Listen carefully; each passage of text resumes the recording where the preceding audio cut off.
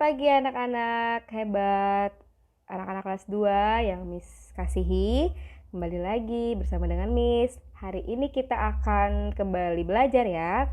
Kita akan belajar tema 5, subtema 2 sampai subtema 3, yaitu pengalamanku di sekolah dan pengalamanku di tempat bermain.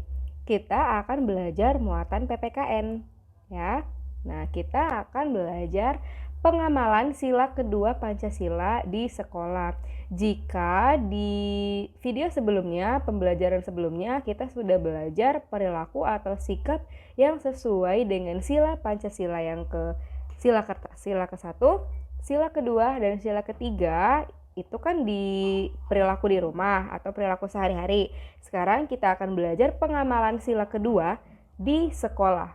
Ya, yang pertama, memperhatikan saat guru mengajar di kelas. Jadi, jika sekarang pun masih belajar online, kalian meskipun tidak ada di dalam kelas, kalian tetap harus memperhatikan Miss ya dengan baik, supaya apa yang Miss jelaskan kalian bisa dapat mengerti dengan mudah ya. Perhatikan, simak dengan baik-baik. Yang kedua, ikut memberi sumbangan untuk petugas sekolah yang sakit. Misalnya di sekolah kita ada Pak Satpam atau Pak yang suka bersih-bersih ya, itu sedang mengalami sakit. Jadi kalian juga ikut berpartisipasi dalam menyumbang. Oke, itu kamu sudah menerapkan sila kedua Pancasila di sekolah ya. Yang ketiga, memberi sumbangan kepada teman yang terkena musibah. Misalnya ada salah satu teman kita yang mengalami musibah ya, kebakaran, banjir, dan sebagainya, kita harus ikut berpartisipasi, memberi santunan kepada dia, memberi apa yang kita miliki kepada dia, oke? Dan menjenguk teman yang sedang sakit, oke? Pengalaman sila ketiga di sekolah, kan sila ketiga bunyinya adalah Persatuan Indonesia. Kita harus menanamkan sikap cinta tanah air. Nah, cinta tanah air ini bisa dilakukan dengan cara yang pertama, kita menggunakan produk buatan dalam negeri. Misalnya, kamu punya sepatu sekolah, belinya harus yang produk Indonesia. Bilang sama mama papa, oke? Itu tandanya kamu cinta Indonesia. Yang kedua, mengikuti upacara dengan tertib. Kamu setiap hari Senin kita melakukan upacara, jangan senggol kanan, senggol kiri ya. Itu kamu tidak tertib, ngobrol di dalam barisan. Nah, pastikan kamu mengikuti upacara dengan tenang, dengan tertib dari awal sampai selesai upacara. Oke? Yang ketiga, mempelajari budaya daerah lain yang ada di Indonesia. Ya, Indonesia ini kan banyak sekali ragam budayanya ya.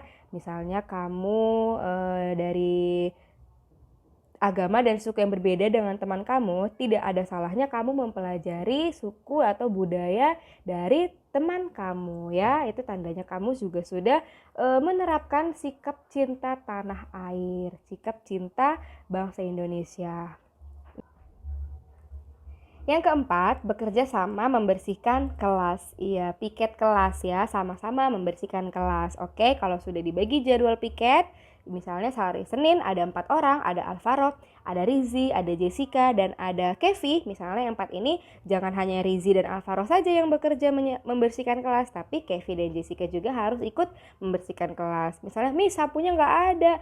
Ya udah, kamu ngebersihin meja bu guru ya, bersihin jendela, lap kaca jendela, menyiram tanaman, oke?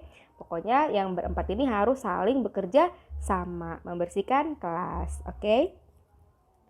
Selanjutnya, pengalaman sila keempat Pancasila di tempat bermain. Kita akan belajar pengamalan sila Pancasila di tempat bermain ya. Yang pertama, tidak boleh memaksakan kehendak kita.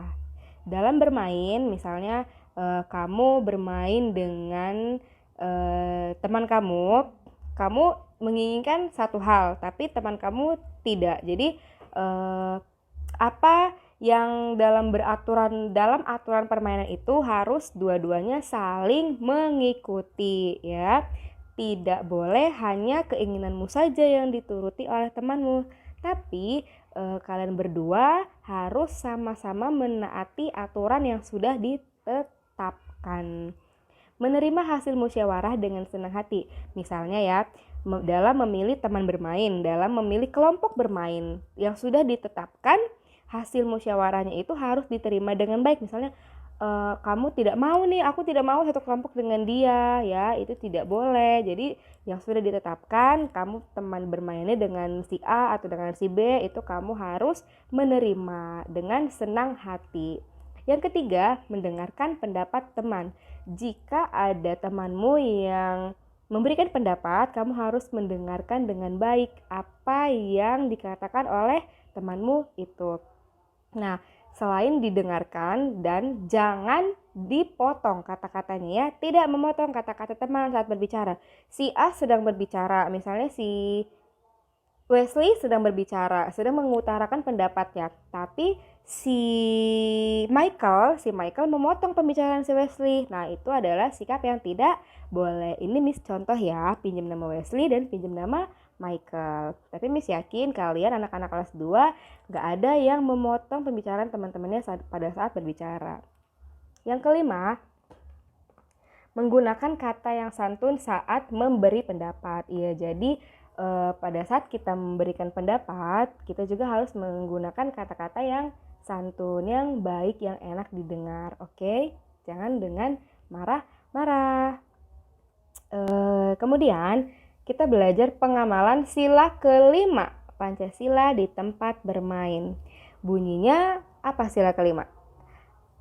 Keadilan sosial bagi seluruh rakyat Indonesia. Nah, dalam bermain juga kita harus menerapkan sila kelima. Yang pertama diantaranya adalah tidak memilih-milih teman. Seperti tadi yang sudah Miss katakan, kamu jika sudah ditetapkan mendapatkan kelompok bermain bersama dengan teman kamu, jika kamu tidak suka, kamu tidak boleh pilih-pilih ya. Jadi yang sudah ditetapkan kamu harus terima. Jangan pilih-pilih teman ya anak-anak, nggak boleh. Kamu harus menemani, kamu harus berteman dengan siapapun, dengan yang agamanya berbeda, suku berbeda, oke? Yang kedua, bersikap adil kepada semua teman. Iya, harus bersikap adil. Yang ketiga, pastinya harus bersikap baik kepada semua teman. Yang keempat, saling menolong kepada semua teman. Oke? Nah, ada catatan, sikap adil dapat terjaga jika kita melakukan hak dan kewajiban secara seimbang. Nah, di tempat bermain pun kita akan mendapatkan hak dan pastinya kita juga melakukan kewajiban kita. Hak adalah sesuatu yang kita dapatkan, sedangkan kewajiban adalah sesuatu yang harus kita lakukan. Nah, hak dan kewajiban kamu di tempat bermain, yang pertama hak kamu adalah kamu menggunakan fasilitas bermain di taman. Seperti pada gambar itu, ada fasilitasnya, ada ayunan, ada perosotan, ada bola, dan sebagainya. Itu adalah fasilitas yang bisa kamu gunakan ya, secara bergantian dan teratur pastinya. Dan selain menggunakan fasilitas, kamu juga berhak mendapatkan tempat bermain yang bersih. Lihat ya, di tempat bermain itu tidak ada sampah. Dan kewajiban yang harus kamu lakukan adalah kamu merawat ya, jangan kamu rusak, jangan kamu coret-coret ya. Dan pastikan kamu membuang sampah pada tempat sampah. Itu adalah kewajiban yang harus kamu lakukan di tempat bermain. Seperti pada gambar tersebut.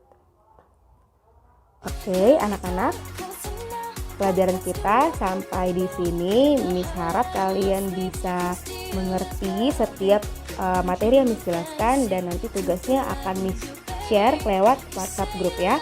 Selamat belajar, selamat beraktivitas. Tuhan Yesus memberkati. Dadah.